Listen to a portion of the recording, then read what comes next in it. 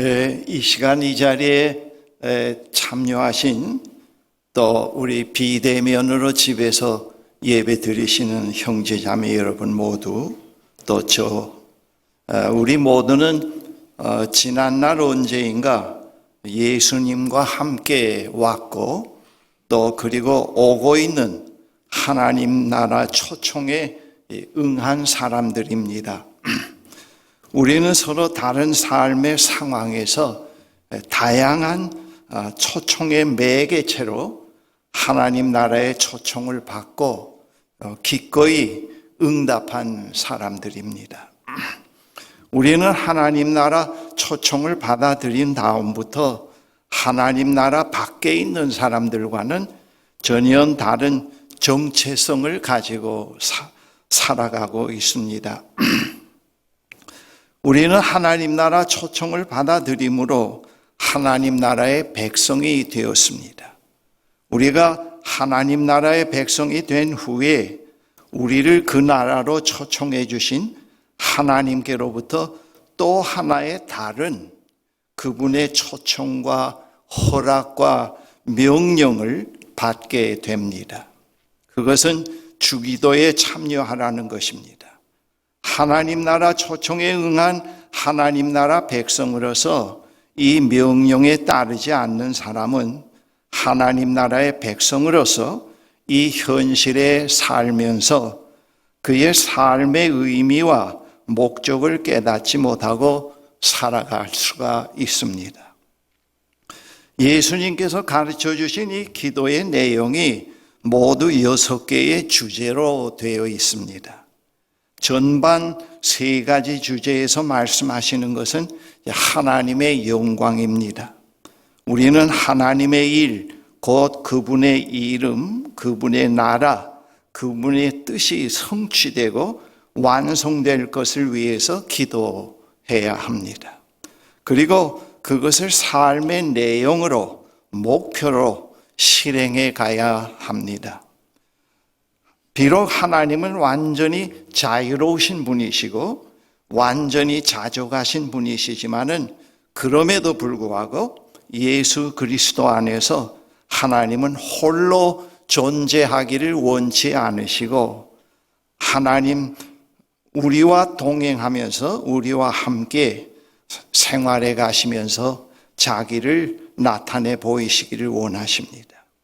하나님은 사람이 없이도 충분히 자존할 수 있는 분이시지만 사람 없이 행동하고 존재하시고 살고 염려하고 일하고 싸우며 승리하기를 원치 않으십니다.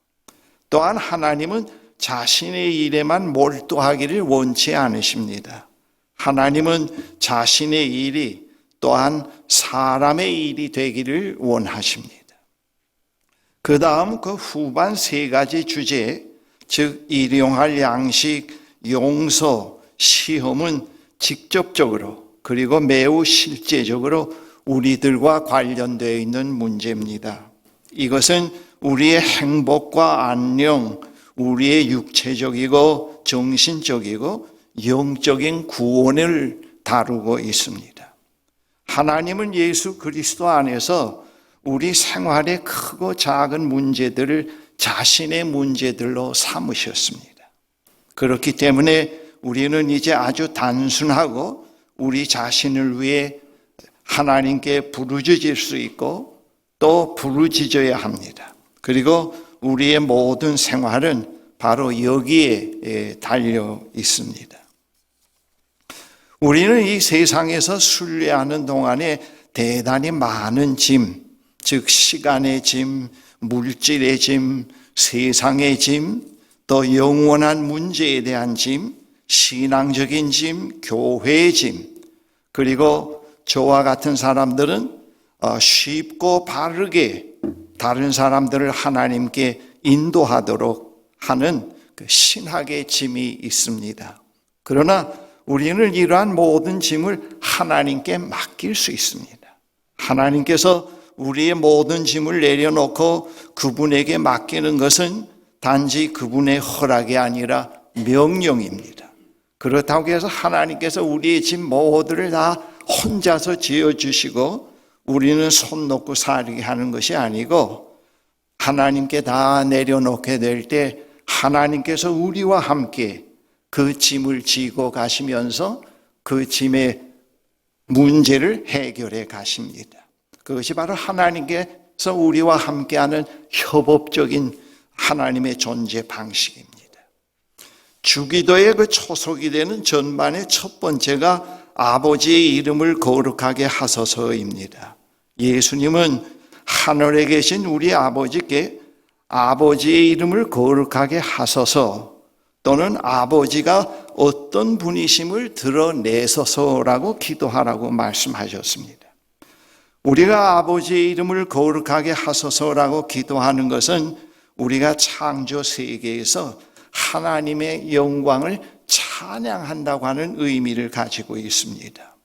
이 창조 세계는 하나님의 영광의 무대이기 때문에 아버지께서 자신이 어떤 분이신지를 드러내고 계십니다. 그런데 많은 사람들에게는 그것이 가리워져 있습니다.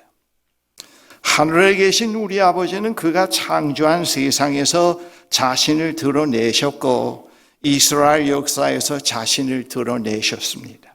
그리고 예언자들을 통해서 그분을 알리셨습니다. 우리 아버지는 그의 아들 예수에게서 자신이 누구이신지를 또 극명하게 드러내 보이셨습니다. 하늘에 계신 우리 아버지는 세계에 흩어져 있는 그리스도인들을 통해서, 교회를 통해서, 그리고 교회의 활동을 통해서 자신을 드러내고 계십니다. 우리는 교회를 통해서 이 세상 속에 있는 그 하나님의 비문을 해독해 갈 수 있고 깨달아 갈 수가 있습니다. 하늘에 계신 아버지여 이름이 거룩히 여김을 받으시오며 라고 하는 여기에 담겨진 그 뜻을 신학자 칼 발트는 이렇게 그 내용을 전개했습니다. 그 전개된 내용을 이제 여러분들에게 가감 없이 한번 읽어드리겠습니다. 하늘에 계신 우리 아버지, 당신의 아들 예수 그리스도를 통해서 우리를 주님의 기도를 드릴 수 있도록 허락하시고 명령하시고 초청해 주심을 감사드립니다. 오 하늘에 계신 우리 아버지, 당신이 당신의 아들 안에서 말씀하신 것을 헛되지 않게 하소서. 당신의 교회가 이 세상에서 분명히 존재할 이유가 있게 하소서. 당신의 교회가 맛있는 소금처럼 길가에 벌어져서 사람들의 조롱거리가 되지 않게 하소서. 당신의 교회가 비겁함과 소심함, 교만, 허풍의 영으로부터 자유롭게 하소서. 하나님의 말씀이 우리에게 매일 새롭게 하나님의 말씀으로 들려지게 하소서. 하나님의 말씀이 책상 위에 있는 하나의 진리, 하나의 원리, 하나의 사실이 아니고 살아계신 한 인격, 위대한 비밀과 위대한 단순함이 되게 하소서. 하나님의 말씀, 하나님의 이름이 우리 한가운데서 우리의 삶과 윤리와 습관에 진지함과 명랑함을 통해서 드러낼 수 있게 하소서. 매일 당신을 욕되게 하는 우리의 뻔뻔함과 우매함과 불신앙이 사라지게 하시고 그것으로부터 자유롭게 해 주시옵소서. 다시금 우리 손 안에 있는 이 열쇠를 돌려서 아름다운 그날의 문을 열어갈 수 있게 하소서라고 그렇게 전개했습니다. 얼마나 이 아버지의 이름이 거룩되게 하시옵소서 하는 이 내용을 아주 함축적으로 이 말씀을 전개했다고 하는 것을 읽어보면서 깨닫게 되었습니다. 그 다음에 그 주기도의 두 번째가 아버지의 나라가 오게 하소서입니다.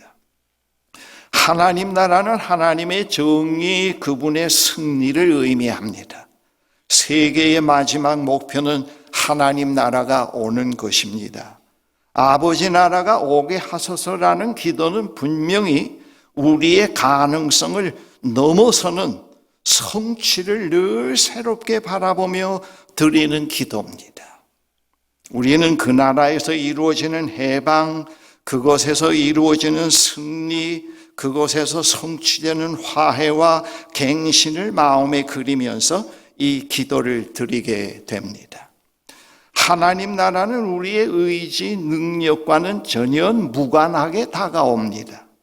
이 나라가 오는 것은 오로지 하나님의 활동의 결과인 것입니다.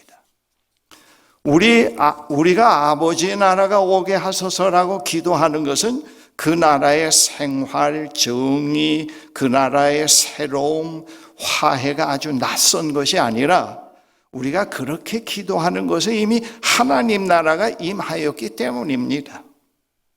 하나님 나라는 단지 우리가 기다리는 사건만은 아닙니다. 그것은 이미 우리 앞에 성큼 다가와 있습니다. 하나님의 나라는 이미 우리 앞에 다가왔고 우리가 그 나라를 이해하고 있고 그 나라에 살고 있습니다. 여러분, 예수님께서 어느 날 가르치실 때 그 청중들이 예수님에게 하나님 나라가 어디에 있습니까? 하고 물었을 때 하나님 나라는 너희 안에 있고 너희 가운데 있다고 했습니다. 그 영어로 in과 among을 썼습니다. 너희 안에 너희 가운데 있다고 했습니다. 하나님 나라가 우리 가운데 내재해 있습니다. 제가 성령의 감동으로 하나님의 초청의 말씀을 듣고 깨닫고 하나님 나라를 받아들이고 하나님 나라에 발을 들여 놓았을 때 벌써 저의 내면 속에는 상당히 중요한 사건이 일어납니다. 하나님과 깊은 사귐의 삶이 시작이 됩니다. 그 사귐의 삶이 지금부터 한 80여 년을 어릴 때부터라면 그렇게 얘기할 수가 있겠죠. 그리고 그 나라의 가운데서 그분과 동행해 오는 가운데서 계속 삶의 궤도가 수정이 되고 그분의 변화를 통해서 온전케 되는 사람으로 되어오고 있다고 얘기할 수가 있겠죠. 거기에 불순종과 반항도 있긴 있었지만은 그리고 그 나라의 가장 중심인 그 하나님과의 사귐 속에서 계속 제가 제 자신과 화해를 배워오고 있고 이웃을 용서하고 이웃에게 다가간다고 하는 삶을 계속 아주 완악한 심령이요 무딘 마음이요 매우 우매한 사람이지만 계속 그것을 실현해 가도록 성령께서 도와주고 있습니다. 이 벌써 하나님 나라가 내재해 있다는 증거지요. 이 내재해 있는 하나님 나라를 누구도 빼앗을 수가 없습니다. 재난이나 전쟁이나 폭력이나 어떤 권력자라도 이것을 빼앗을 수가 없지요. 제가 이 세상 여정을 끝나더라도 이 하나님과의 교제는 영원히 계속이 됩니다. 그 내재해 계시는 하나님, 그렇습니다. 그리고 우리 가운데도 계십니다. 우리가 서로 용서하고 이 시간에 와서 하나님께 예배를 드리고 하나님의 말씀을 매일 아침 묵상하는 가운데서 그 말씀을 통해서 우리에게 하나님이 찾아오시지요. 그렇죠? 그래서 이게 오고 있는 하나님 나라는 우리가 이 현실에 살면서 늘 때때로 선취해서 경험을 해갑니다. 아, 오고 있는 하나님 나라는 참 이렇게 좋구나. 이렇게 참 아름답구나. 그래서 우리는 자꾸 그 나라가 오시옵소서. 그 나라가 오시옵소서 하고 기도를 하고 있습니다. 그리고 역사적으로 볼 때도 인류 역사의 그 과정을 보면은 그 하나님 나라에 의해서 이루어지는 그 정치적 권력 속에서 이루어지는 경제 관계 속에서 이루어지는 그 모든 것을 통해서 그 하나님 나라의 그 그림자를 어렴풋이 우리가 보게 됩니다. 그리고 그 나라를 이제 동경하게 됩니다. 그래서 우리는 그 나라가 오시옵소서. 우리는 그 생소한 그 나라, 전혀 맛보지 못한 그 나라 밖에서 그 나라가 오시옵소서 하는 것은 거의 불가능합니다. 벌써 우리 가운데서 아버지의 이름이 거룩하게 내시면서 우리를 통해서 그 일을 하고 계시는 것을 우리가 알고 있기 때문에 계속해서 드러내시옵소서. 그래서 평화를 위해서 일하려고 그러고 잘못된 것을 회개하려고 그러고 바른 교회를 세워가려고 하고 그 이름을 거룩하게 드러내게 하는 것이지요. 그 이미 맛보았기 때문에, 그리고 또 우리가 그 나라를 경험하고 있기 때문에 그렇습니다. 그래서 그 하나님 나라가 우리 손 안에 우리가 열쇠를 가지고 열 수 있다고 하는 표현이 그래서 가능합니다. 그 나라가 오시옵소서 우리는 기도하는데, 사실 지금도 그 나라가 오시옵소서라고 기도하는 이런 희망과 믿음이 없다면 얼마나 절망하겠습니까? 그런 기도가 전혀 없고 거룩하게 드러내시옵소서 하는 것이 전혀 없는 세상이라면 오늘 이 자리에 우리의 모임이 어떻게 가능할까요? 그리고 일주 동안 시험과 역경이 많은 데서도 그래도 희망을 가지고 이런 기도를 할 수 있다는 것은 그건 유토피아가 아니고 실제로 우리가 그 나라 가운데 있는 사람이기 때문에 그 기도를 하는 거 아니겠습니까? 그 나라를 경험하지 못한 사람은 이런 기도가 거의 불가능합니다. 거의 불가능해요. 우리는 이미 그 나라 가운데 있기 때문에 그런 기도를 하고 있지 않겠습니까? 그 다음 그 주기도의 세 번째 내용이, 전반 세 번째 내용이 아버지의 뜻이 하늘에서와 같이 땅에서도 이루어지게 하옵소서, 그렇게 기도하라고 말씀하고 있습니다. 예수님은 아버지의 뜻이 하늘에서와 같이 땅에서도 또 이루어지게 하라고 말씀합니다. 이 하나님의 뜻은, 하나님의 계획이 세상 창조에서부터 시작해서 이제 마지막 때까지 이루어질 하나님의 계획을 말합니다. 하나님의 뜻이라는 그걸 말합니다. 우리가 잘못하면 하나님의 뜻은 우리 개인의 어떤 것으로 생각을 하고 하나님의 뜻만 찾으면 성공의 대로를 달릴 수 있고 재난을 면해서 살 수 있다고 하는 것이 거의 그 하나님의 뜻으로 이해를 하고 있는데, 사실 그거는 아닙니다. 하나님의 뜻은 창조에서부터 시작해서 이제 만물을 새롭게 하시는 그 시간까지 이루어질 하나님의 전체 스케줄입니다. 그런데 이 하나님의 뜻은 전도를 많이 해서 많은 사람을 모은다고 해서 이 뜻을 빨리 이룰 수도 있고 그 나라가 빨리 올 수도 있고 하는 것이 아니고, 우리에 의해서, 우리의 기분에 의해서 오고 안 오고 하는 것이 아니고, 이건 전적으로 하나님에게 있습니다. 하나님에게. 하나님의 뜻이 이미 이루어졌고 그분에 의해서 현재에도 이루어지고 있고 미래에도 이루어질 것을 알고 기도하고 우리가 있습니다. 아버지의 뜻이 전혀 이루어지지 않는 가운데서 막연하게 이러한 기도는 거의 불가능합니다.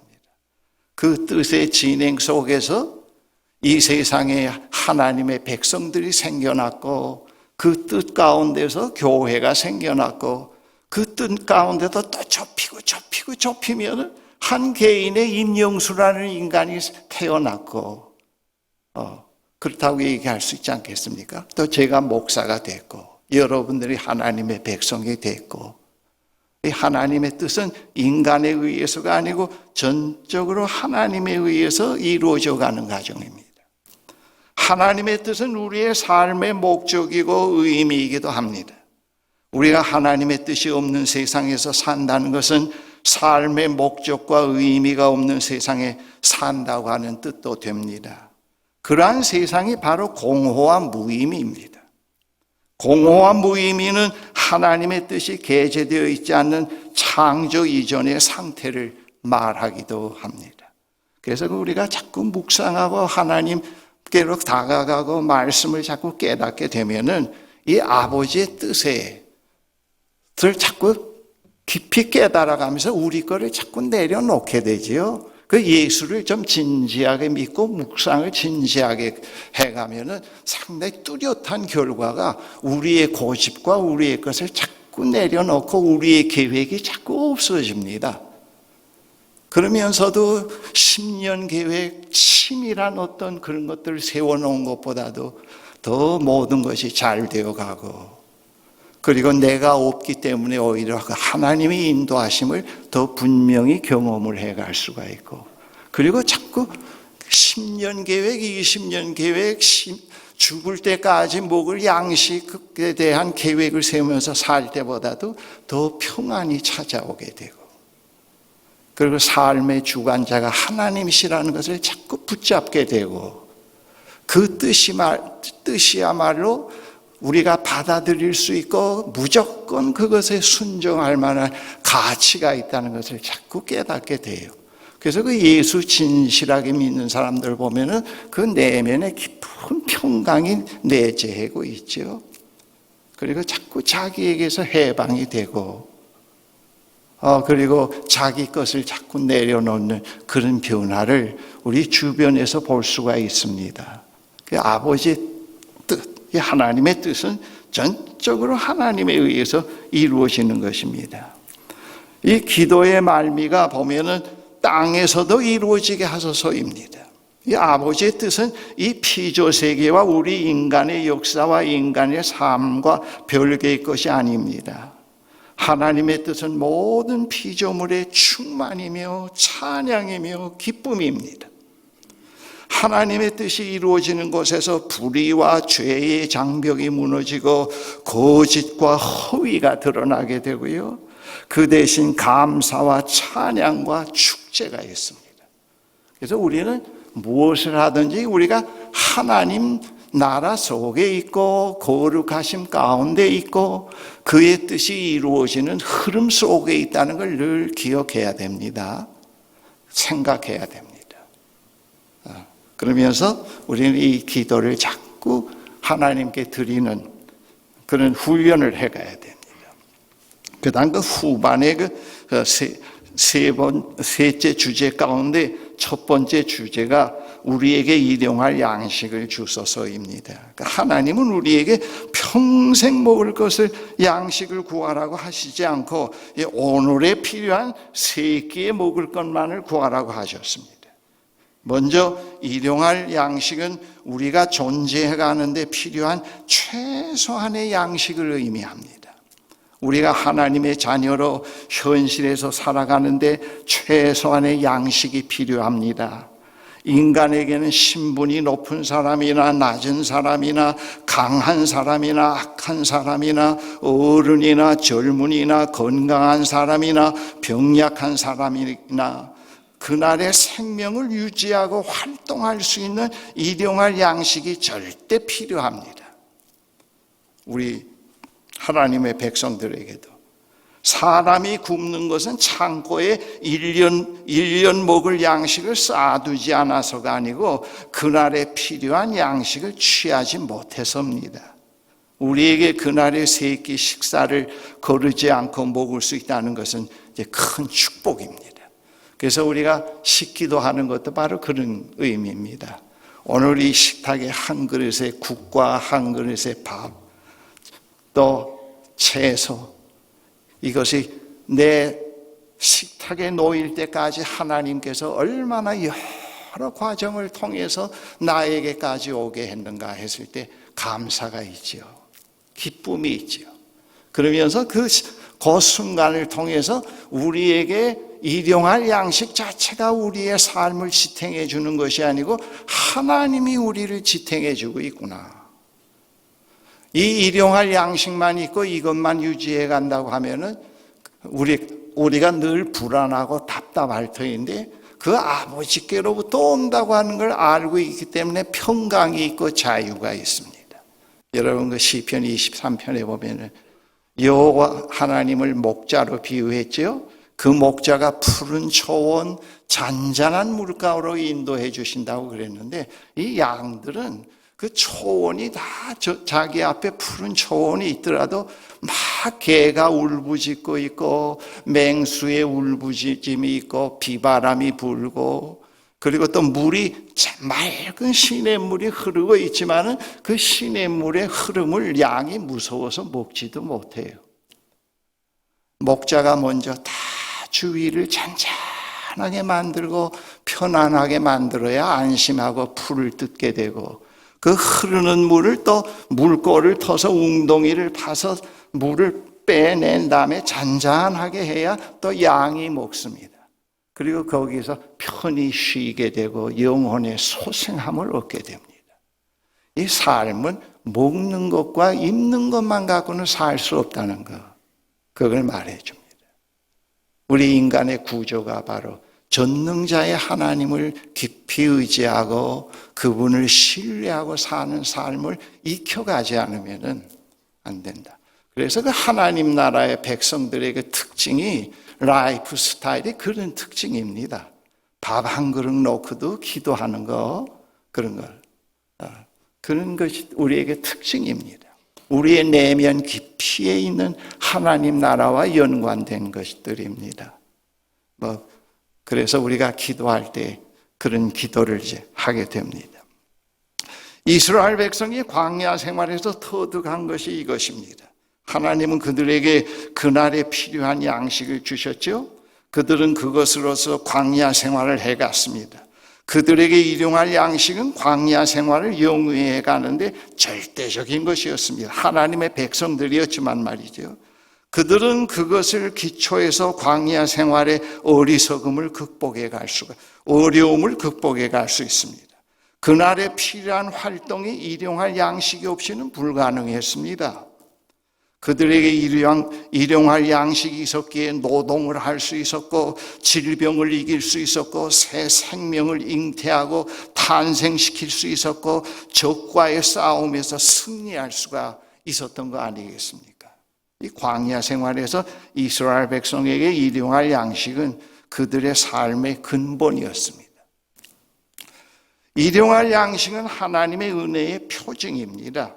일용할 양식이 끊어진다는 것은, 하나님이 끊어지지 않고 있다는 것은 하나님이 우리를 돌보시고 사랑하시며 함께 하신다는 표징입니다.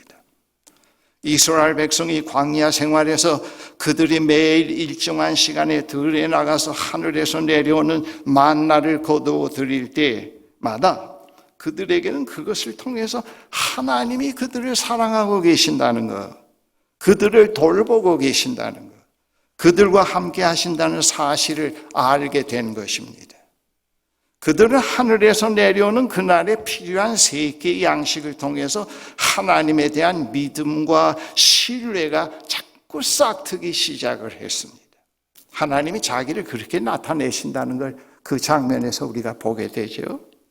그들의 생명이 전적으로 하나님에 의해 유지되고 있다는 사실을 알게 되었습니다. 물론 먹고 하는 데서 생명이 영양분을 통해서 유지되지만은 그 이상의 손이 있기 때문에 가능하다는 겁니다.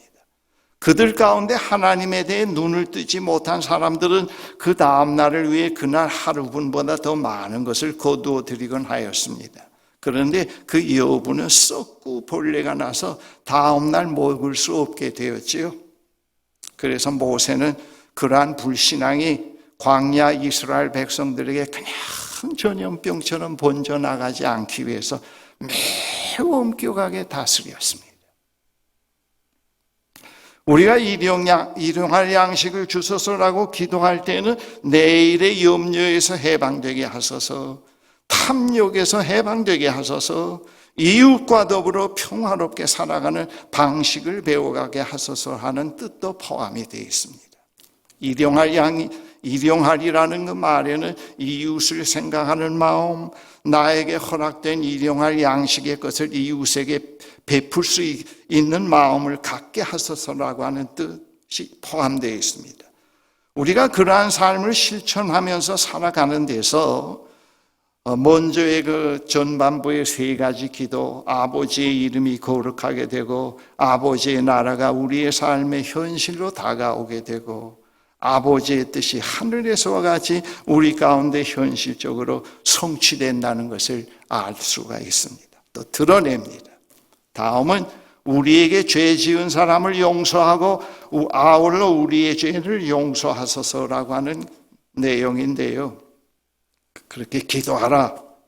이 주기도를 이렇게 계속 이렇게 묵상해 보면 예수님이 상당히 섬세하고 정말 자상하신 분이라는 걸 알게 되고, 그 신앙을 갖고 사는 삶이 라이프 스타일이라는 게 뭐인지 이 주기도 전체 속에 다 합축이 되어 있다는 걸 자꾸 깨닫게 됩니다. 그리고 이 주기도를 자꾸 뜻을 음미하면서 암기하게 되면 부활하신 주님의 모습이 자꾸 떠오르게 되는 것을 때때로 경험하게 됩니다. 이게 주기도 이 자체가 하나님의 뜻을 온전히 십자가와 부활을 통해서 성취해 하신 그 예수 그리스도의 그 모습을 우리에게 보여주고 있어요. 그래서 그리스도가 우리에게 그런 면에서 모델이 될 수가 있죠. 그리고 이 세상에서 그리스도인으로 무엇을 추구하며 살아가야 될 것인가? 헛된 것에 속아 넘어가지 않고 그리스도인이 되고 하나님의 백성으로 산다는 것이 무엇을 의미하는가를 자꾸 깨닫게 됩니다. 상당히 중요해요. 우리에게 죄 지은 사람을 용서하고 우리 죄를 용서하는 말은 옛 삶으로 돌아가지 않고 용서받은 자의 새 삶으로 나아가게 해달라는 기도입니다. 우리는 하나님으로부터 용서되고 화해되었을 뿐만 아니라 하나님의 의도 가운데 있는 새로운 삶으로 부름받고 있습니다. 그래서 아침에 일어나면 오늘도 새로운 삶으로 우리를 부르시는 그 아버지께 응답해 가야 되겠다. 그 새로운 삶을 살기 위해서 오늘도 말씀으로 찾아오시는 그 하나님의 말씀에 귀를 기울여야 되겠다. 그렇게 해서 우리가 하나님께로 나아가지요. 하나님께로 나아갑니다. 용서는 미래를 위한 겁니다. 과거에 자꾸 사로잡혀 있고 그렇지는 않습니다. 과거를 놓아줄 수 있고 자유할 수가 있습니다. 우리가 다른 사람을 용서하고 자신을 위해서 용서를 구하는 것은 하나님의 의도 가운데 있는 새 삶을 실현해가는 구체적인 방법이요 행동입니다. 우리가 아침에 눈을 뜨고 자리에서 일어나게 되면 과거를 돌아보며 후회와 원한에서 하루를 시작하는 것이 아니고 하나님의 용서 가운데서 용서하고 용서받는 자로, 그리고 새로운 삶으로 부르심을 받은 자로 살아가게 됩니다. 그래서 우리는 하루를 감사와 찬양으로 시작할 수가 있습니다. 진정한 의미에서 이 기도는 다른 사람을 용서한다는 그 사실에 초점이 맞추어 있기보다는 새로운 삶에 있습니다. 이 나이가 들어가니까요, 자꾸 과거의 것이 많이 생각나는데 그 좋은 건 생각 안 나고 잘못한 것만 생각나고 원한에 가까운 것들이 자꾸 생각나고 괴롭힐 수가 있단 말입니다. 저도 그런 걸 경험을 해요. 그걸 어떻게 처리하는가 하면, 하나님, 제가 과거에 이런 일로 지금 기분 나쁘게 생각하는데 가만 생각해 보니까 제가 그 일을 먼저 동기 유발을 시켰네요. 저를 용서해 주시고, 그리고 저를 그 사건을 통해서 섭섭하게 한 분을 무조건 용서합니다. 그리고 여기에 묶여있지 않고 오늘도 허락하신 그 새 삶을 향해서 나아가게 허락해 주신 하나님 참 감사합니다. 이 새 삶이 없다면 제가 어떻게 살겠나이까? 그렇게 때때로 기도할 때가 있습니다. 과거에 사로잡히잖아요. 아침에 일어나면 나를 괴롭히고 상처 준 사람들의 명단을 가지고 일일이 찾아다니면서 그 결산을 하면서 사는 삶이 아니지요. 우리 그리스도인들은 그런 삶이 아닙니다. 하나님 무조건 용서합니다. 저도 잘못되고 저도 실수가 많은 사람입니다. 용서해 주십시오. 오늘도 허락하신 새 삶을 붙잡고 나아갈 수 있게 해주세요. 그래서 이 기독교인의 삶은 좀 이렇게 깊이 관조해 보기 시작하면 참 멋있어요. 이거 심리학이나 또 정신의학에서 처리가 안 되는 정신적 문제와 감정적인 문제가 이 주기도 이 대목에서 상당히 많이 처리가 되고 해결이 됩니다. 사실 우리의 고통의 문제, 정신적으로 앓고 있는 문제들, 사람들 보면 거의 과거의 문제입니다. 거기에 집착해 있고 미래의 염려에 대한 것이 있는데 그 정신과 병원이 의사나 상담자가 치료하다가 대단하다가 안 되면 어디에 가라고 하는지 아세요?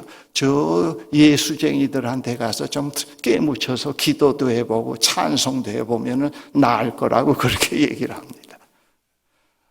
그러니까 상당히 중요해요. 예수님이 벌써 이 심리학이나 상담학 같은 거, 정신의학 같은 것도 없는데 벌써 이런 말씀을 하실 수 있었을까? 참 위대하신 분이다. 그렇게 생각이 되곤 합니다. 그 다음에는 후반 세 번째 기도가 우리를 시험에 들지 않게 하시고 악에서 구하소서라고 했습니다. 여러분, 우리는 강하든지 약하든지 외향적이든지 내향적이든지 공부를 많이 했든지 공부를 적게 했든지 사회적으로 성공했든지 그렇지 않든지 돈을 많이 벌었든지 적게 벌었든지 건강하든지 병약하든지 독신으로 살든지 결혼해서 가정을 이루었든지 바쁘든지 한가하든지 어떤 경우에서라도 시험에서 면제받을 수가 없습니다. 더 성공했을 때 시험이 더 많이 올 수가 있고 실패했을 때 더 시험이 더 많이 올 수가 있고 가난할 때 또 시험이 많이 올 수가 있고 부자일 때 시험이 올 수가 있고 건강할 때 시험이 올 수가 있어요. 다른 사람들이 저를 보고 목사님 120세까지 살겠습니다 그래요. 그러면 속으로 지가 뭔데 내가 120세까지 사냐. 그래서 제가 건강하십니다 했을 때 뭐 약 먹는 게 없습니까 했을 때는 꼭 붙이는 단어가 있습니다. 아직까지는 괜찮네요. 그 말을 꼭 붙여요. 병원에 안 갔습니다. 지금 먹는 약도 없습니다. 그런 얘기 안 해요. 그건 하나님 앞에서 상당히 경거망동한 생각이죠. 그건 내일 죽을지 알고 뭐예요. 좀 기분 나쁜 얘기지만 내 아내가 이 소리 들으면 가슴이 털컥하겠습니다만 그러나 우리가 하나님은 우리의 모든 것이 시험에서 자유할 수가 없습니다. 예수님도 공생애를 시작하기 전후를 통해서 시험에서 벗어나지를 못했지요. 그러나 예수님이 우리와 다른 것은 어떤 시험도 예수님을 사로잡을 수가 없습니다. 어떤 유혹자의 유혹도 예수님의 마음 속에 중심부에 자리 잡을 수가 없었습니다. 예수님은 그걸 이겼어요. 그래서 우리가 시험이 올 때마다 제일 좋은 방법은 믿음의 주여 온전케 하시고 하나님 우편에 앉아 계시는 대제사장이신 하나님 앞으로 그걸 갖고 나가야 됩니다. 그리고 성령 주십시오. 거듭나게 해 주십시오. 그런 엉터리 없는 기도하지 말고 하나님 과거 몇 년 전에 누구와 일하는데 챙겨진 이런 문제가 계속 괴롭히고 주고 증오가 생기고 마음에 갈등이 생기고 분열이 생기네요.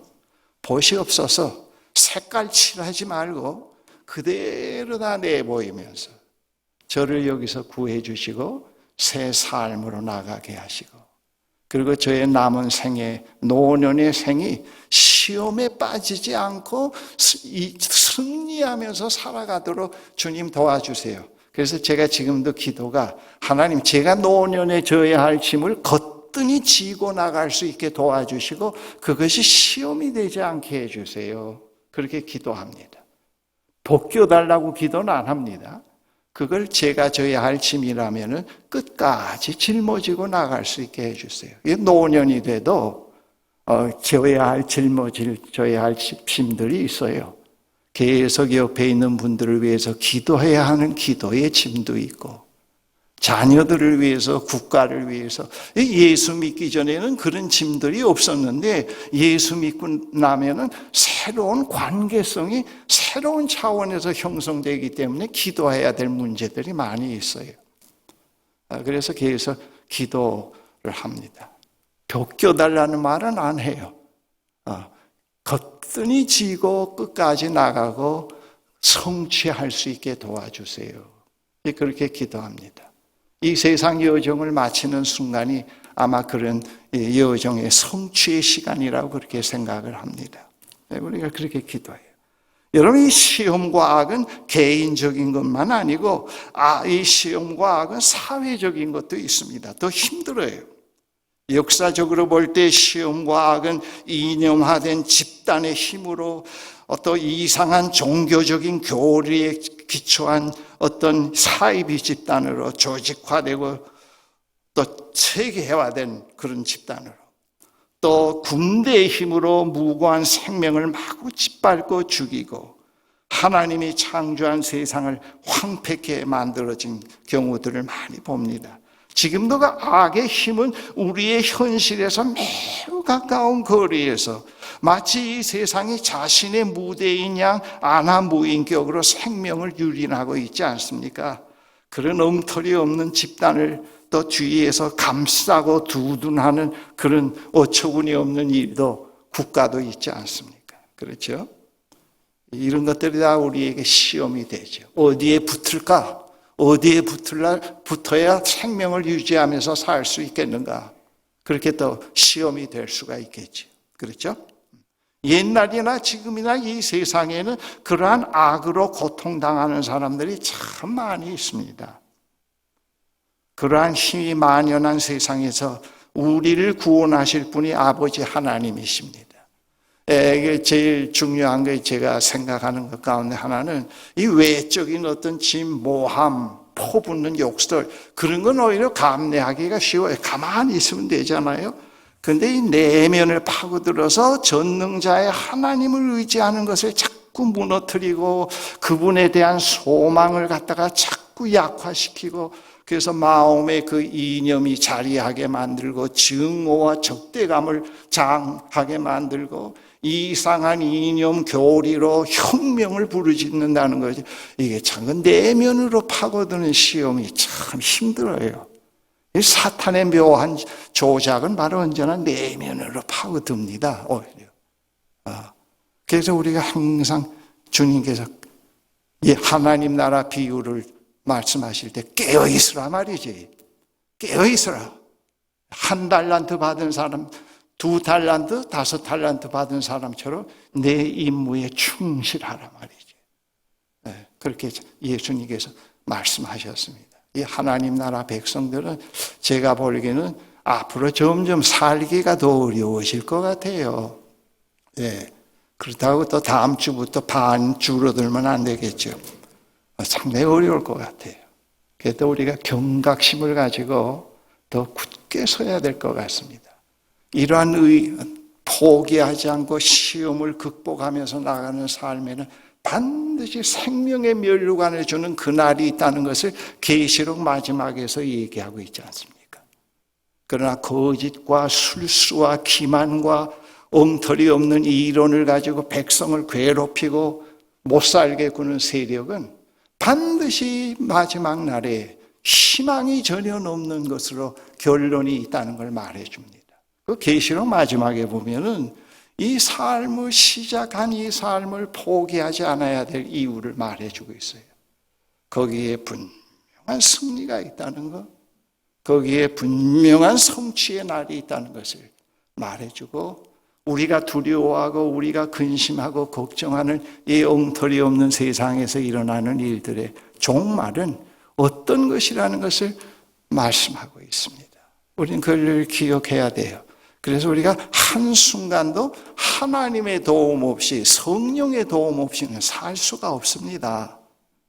그래서 늘 그걸 기도해야 돼요. 그 목표를 가지고 우리가 기도해야 됩니다. 오늘의 주님 가르치신 기도는 이러한 그 희망적인 것으로 이 하나님의 찬양을 드리게 하는 것으로 끝맺음을 하는데요. 나라와 권세와 영광은 영원히 아버지의 것입니다. 권세자들의 것이 아니라는 걸 말해주죠. 재벌의 것도 아니라는 것, 사탄의 것도 아니라는 것. 나라와 권세와 영광은 영원히 아버지의 것입니다. 우리는 자꾸 그것을 토해내고 고백해야 돼요. 그걸 확신하고 있고 그게 오고 있기 때문에, 또 그 현실에서 우리가 살고 있기 때문에 우리는 그런 기도를 늘 할 수밖에 없습니다. 기도하십시다. 전능하신 하나님 아버지, 우리들에게 기도를 가르쳐 주신 하나님 감사합니다. 우리가 어떻게 살아가야 할 것을 가르쳐 주심을 감사합니다. 우리가 이 현실에 살면서 무엇을 추구하며 무엇을 목적으로 하며 살아가야 할 것을 가르쳐 주신 것을 감사합니다. 이것을 다시 깨우쳐 주시고 마음에 새기게 하시고 이러한 현실에 우리가 살고 있는 이 현실에서 이러한 하나님 나라의 백성의 고귀한 삶을 계속 우리가 배워가고 익히고 이 삶을 실현해가는 저희들이 되게 해주십시오. 여기에 끝이 뭐라고 하는 것을 하나님께서 매우 밝게 긍정적으로 우리에게 약속하고 있습니다. 이 약속을 굳게 잡고 하루하루를 하나님과 동행하는 삶으로 살아갈 수 있도록 형제자매 한 분 한 분에게 하나님의 은총과 축복이 함께해 주십시오. 예수 그리스도 이름으로 기도합니다. 아멘.